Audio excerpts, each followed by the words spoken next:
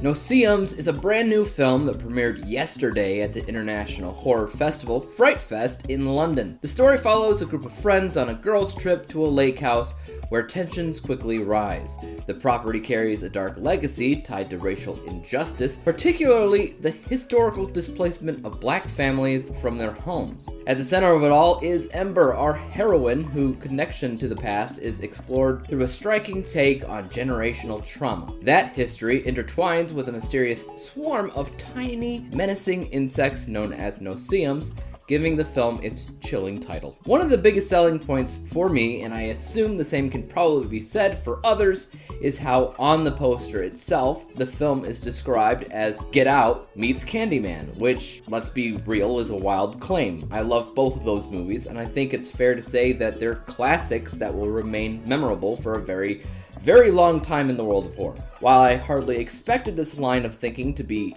accurate, I was genuinely curious as to where the line of thinking came from. And truth be told, it's all pretty surface level. Both Candyman and Get Out collectively were made by black filmmakers and represented the black perspective in ways a lot of other films like it hadn't done before, or at least it was rare to see, which was also incredibly refreshing. Get Out dealt a lot with racial injustice in a unique way, while Candyman had a way with bees that stuck with the audience, and so that's ultimately where this simplification comes from. It's a movie about racial injustice with historical ties, just like with Get Out, and instead of bees, we got these really tiny flying bugs called Noseeums. Past that, that's really the only connection that I would put there, other than it's also found in the horror thriller genre. If that's enough of a comparison, then by all means, please check out the movie. You'll probably love it.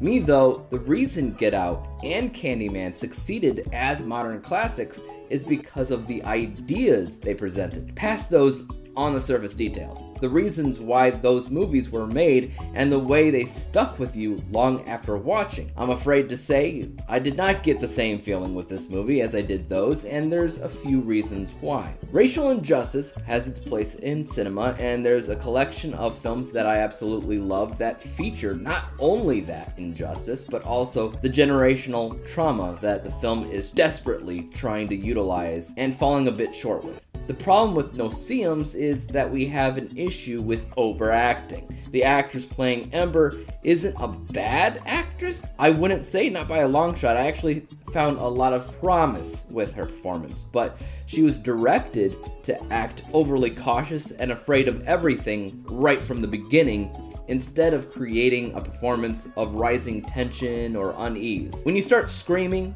and sweating that early on in a movie, your character loses a bit of its believability. I think a lot of people will look at this film and throw around the word woke, and I hate to say that because that's never been a term that I've agreed with, and I still don't. Here, I will, however, point it out for those of you that do get bothered by these things, because you will again for Noseeums. The narrative in this film really wants to hammer home this idea of racial injustice at every chance it gets, and so it feels very on the nose, in your face, and I'm not against the message, but I certainly don't feel as if I need to be spoon-fed it, you know? Lastly, the graphics. For the most part, the graphics throughout the film are pretty standard and acceptable, other than the Noseeums themselves. Anytime those buggers showed up, especially during the climax of the film, it's not great.